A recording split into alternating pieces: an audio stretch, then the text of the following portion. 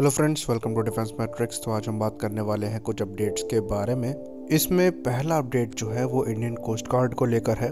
तो Indian coast guard करीबन 10 नए एडवांस लाइट हेलीकॉप्टर को प्रोक्योर करेगी और ये मई 2022 तक हो जाएगा।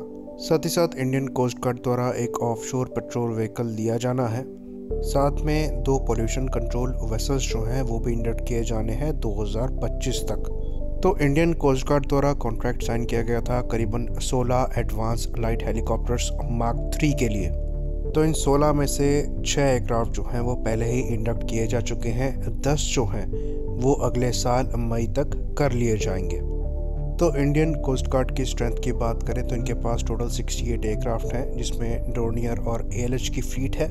साथ ही साथ टोटल 158 शिप्स हैं, जिसमें इनके पास offshore patrol vessels, fast patrol vessels, air cushion vehicles शामिल हैं, जिसमें से 8 फास्ट पेट्रोल वेसल्स और लिए जाएंगे और 12 एयर कुशन वेसल्स लिए जाने हैं। आगे बढ़ें तो एक और रिपोर्ट है एचएएल ध्रुव को ही लेकर।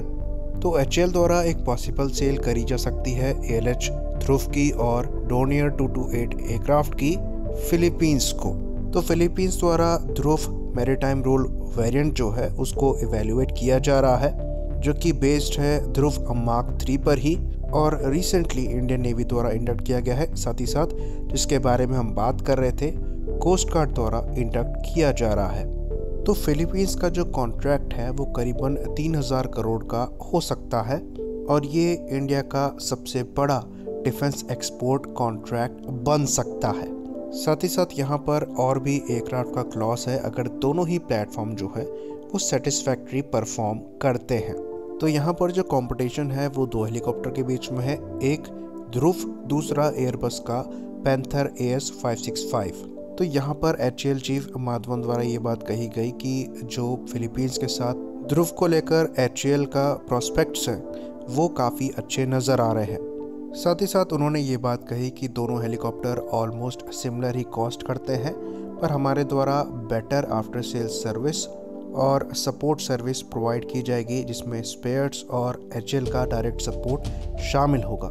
साथ ही साथ उन्होंने ये बात कही कि हम ध्रुव को और ज़्यादा एग्रेसिवली प्राइस करने की कोशिश करेंगे। तो नॉर्मल ध्रुव मार्क 3 का जो कॉस्ट है वो 70 करोड़ के आसपास का है पर पीस, और जो ध्रुव एमआर वर्जन है उसका कॉस्ट करीबन 110 करोड़ का पड़ता है। तो ध्रुव एमआर में जो मॉडिफिकेशन है उसमें ऑनबोर्ड वेदर रडार इंक्लूड करता है, साथ में इलेक्ट्रो ऑप्टिकल पॉड है, सर्च लाइट है, ट्रैकर बीम है, इमरजेंसी फ्लोटेशन गियर है, VHF होमिंग डिवाइस है, ट्रैफिक कोलिजन अवॉइडेंस डिवाइस है और भी इम्पोर्टेंट चीज़ें इंक्लूड करी गई हैं। साथ ही साथ यहाँ पर ये बात भी बाहर आई है कि जो कंट्रीज़ पहले से ही एएलएच ध्रुव को ऑपरेट कर रही हैं उन्होंने और हेलीकॉप्टर्स में भी अपना इंटरेस्ट दिखाया है, जिसमें मालदीव्स, मॉरिशस, नेपाल और अब फिलीपींस जैसी कंट्रीज़ हैं। साथ ही साथ रिपोर्ट्स ये भी हैं कि म्यांमार ने भी LCH हेलीकॉप्टर में इंटरेस्ट दिखाया है। बहरहाल म्यांमार के केस में चीज़ें देखने वाली होंगी, क्योंकि कई कंट्रीज़ हैं जिनके पार्ट्स ध्रुव में लगे हैं जो म्यांमार को अपने प्रोडक्ट अभी नहीं बेचना चाहते। तो टोटल इंडिजिनस कंटेंट की बात करें एएलएच ध्रुव में तो इसे 50 से 55% तक बताया जाता है। बाकी जो पार्ट्स बाहर से इंपोर्ट किए जाते हैं उनमें ये इजरायली हैं, ब्रिटिश हैं और फ्रेंच हैं। इसमें कोई सरप्राइज़ की बात नहीं है, सारे कंपोनेंट्स हर कोई नहीं बनाता है। यहाँ तक कि यूएस और यूके जैसी कंट्रीज़ भी अपने वेपन सिस्टम के लिए कुछ कंपोनेंट्स इंपोर्ट करती हैं। तो यहाँ पर अगर इंडिजिनस परसेंटेज को बढ़ाया जाए, जो कि नए इंडिजिनस इंजन के साथ और बढ़ जाएगा, तब भी यहाँ कई ऐसी चीज़ें होंगी जो कि इंपोर्ट करी ही जाएंगी, क्योंकि कई ऐसी चीज़ें हैं जिसमें कुछ कंट्रीज़ की मोनोपोली है। जैसे कि मार्टिन बेकर की जो इजेक्शन सीट है वो ऑलमोस्ट सारे मॉडर्न यूएस एयरक्राफ्ट में यूज़ करी जाती है। साथ ही कोबाम द्वारा जो मिड एयर रिफ्यूलिंग सिस्टम बनाया जाता है वो ऑलमोस्ट सारे ही प्लेटफॉर्म में दुनिया भर के लगा हुआ है, एक ही कंपनी बनाती है। तो कोई भी एयरक्राफ्ट दुनिया में 100% इंडिजिनस नहीं होता है। इंडिजिनस कंपोनेंट की मात्रा जो है वो मैक्सिमाइज करी जा सकती है। तो यहाँ पर ध्रुव हेलीकॉप्टर का जो फ्यूचर है वो काफ़ी ज़्यादा ब्राइट नज़र आता है, स्पेशली इस मार्क 3 वर्जन का।